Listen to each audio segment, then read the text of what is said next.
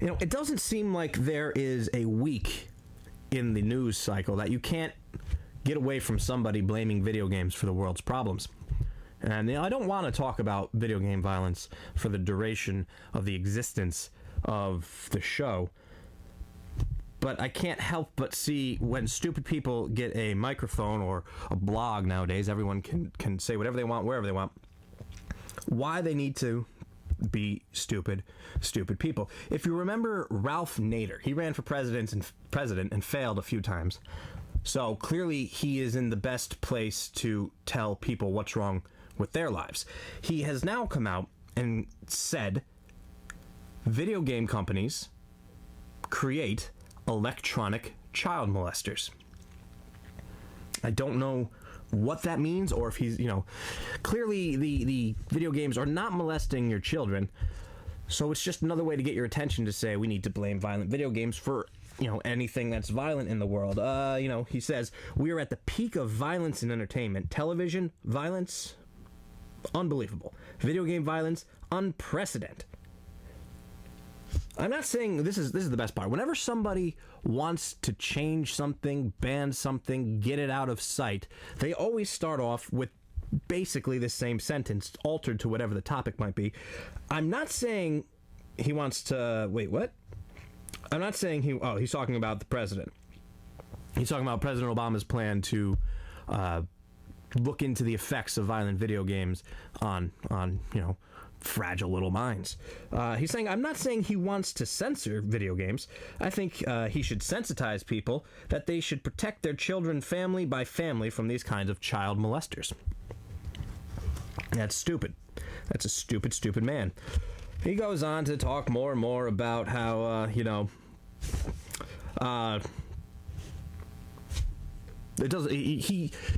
he's one of these people that thinks video game companies are like any other company that makes a lot of money, and they could, care less, and they're happy with the violence in the world. He says all this is fine with the companies. These boys and girls have spent more than $25 billion last year, and what they got in return is a violent and addictive sensuality.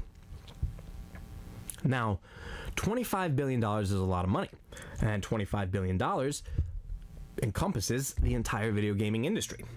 Now, I'm sure Ralph Nader is an avid gamer, and he knows everything about every game that's come out in the last video game life cycle.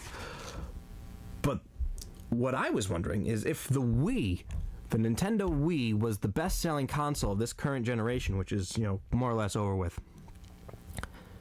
If you've noticed, the Wii has a significantly small number of grotesquely violent games.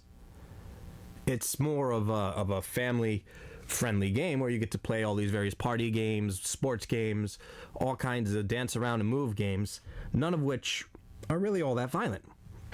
But for some reason, we have to mention the entirety of video games as a reason for violence. $25 billion. He keeps saying it too, the electronics child molesters have little sense of restraint or boundaries. They are coming after your kids left or right. Whenever you walk by a park now, don't wonder if it's a creepy old man sitting in that van. You wonder if it's Super Mario, because he might be out to get your kids. Blah, blah, blah, blah, blah. They're blah, blah, more violent and more interactive to seduce these youngsters into an addiction of direct video game involvement and mayhem. If you're going to buy video games, you are going to be violent. Now, what I find interesting is Black Ops 2 sold 75 million units in November. 7.5 million units in November. Why wasn't there 7.5 million murders in December? It's almost like the number of video games that are sold have no impact on violence. And then I was wondering, because CNN has an article, granted this article is from October, so for all we know, after this article was printed, there was a gigantic rash of murders based on Call of Duty. Although there was other articles that I found from more recent dates, but I went with this one just because CNN is a name people like. U.S. violent crime down for 5th year straight.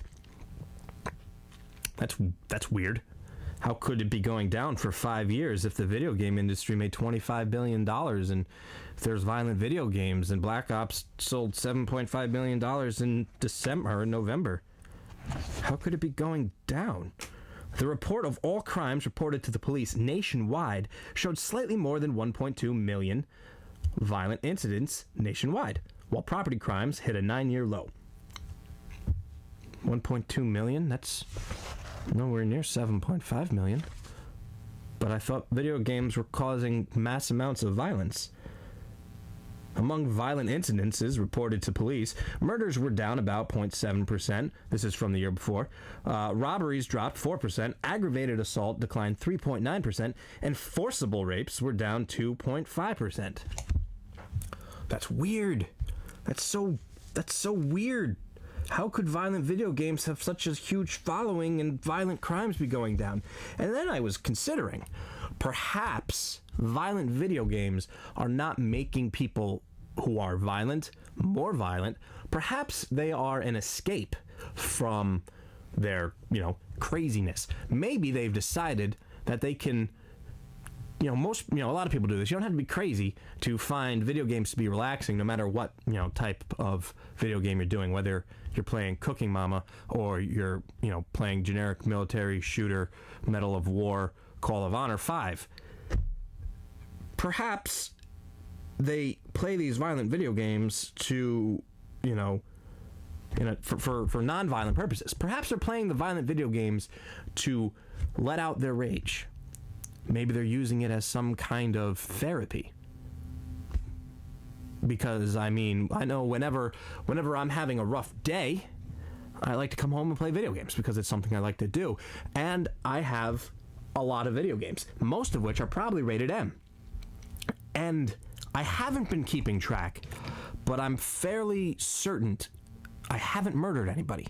And I've been playing video games since 1989, but, granted, they weren't as violent back then, which I disagree. Here he says, we're at the peak of violence in video games. I already said that. Blah, blah, blah. Oh, well, they go on to talk about how violence in video games is increasing. And I disagree.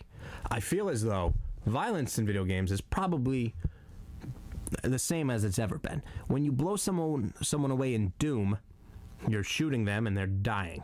When you blow someone away in Call of Duty, you're shooting them and they're dying. The only difference nowadays is graphical improvement. So is that a problem? Is the problem because it looks more real? Or is the problem because it's violent in general? Now, if you remember Columbine, the Columbine school shooting, they, wanted to blame violent video games back then as well. They wanted to blame Doom because the kids played Doom. But it's like, lots of people play Doom. Doom is probably the first-person shooter just about everybody who knows anything about first-person shooters have played. Yet, that was still a problem. So it's obviously not the graphical improvements. It's the existence of violence in itself. Now, what is violent? Is violent shooting something that's human? Or is it shooting something in general? Or is it killing anything on the video game screen? Because if you remember, Mario, you're killing Goombas and you're killing Koopa Troopas the whole game. Is that violent? Or is that different? Can you kill a non-human entity in a video game and still be a wholesome person? I don't know. I don't know where they draw the line. I'm sure that if Call of Duty and Doom didn't exist, then they would still want to blame it. They wanted to blame rock and roll back when rock and roll was out for just about everything that was wrong with the world. Comic books were evil, movies are evil, books were evil. So, I think once we finally solve this problem and we round up all the violent video games, that we should really get back to, getting all those witches too, because I think witchcraft has made a comeback and they are putting curses on these children, and we need to round up witches because nobody is responsible for what they do. Clearly a murderer only got his idea to murder from playing, Call of Duty. Murder never existed before the 80s when video games finally, started to take form. No one was violent. Not a bad thing happened in the world. Oh, I mean, if they did, it was comic books' faults, or movies' fault, or, science fiction magazines' fault. But before all that stuff, before the nerdiness started to become something in the culture, it was a peaceful place. Everyone got along. Now, I imagine he's just saying that the video games are child molesters to, make an exclamation so that people say, oh, I gotta read what he has to say because he says video games are molesting my children left and right. But words have meaning, don't they? If you say something, shouldn't there be something to back that up? I would imagine people who are victims of child molestation wouldn't find it funny for a failed politician to say games are as bad as somebody raping a child. I just don't think if I was the victim that I would say, you know what, Ralph Nader, I agree. Kids playing video games, that is the same as some guy taking advantage of a child. Child molestation is not funny. But Ralph Nader seems to think it's, at least on the level of video games. I disagree. Child molestation is not funny. Call of Duty Black Ops 2? What are you doing in my bedroom? Shh.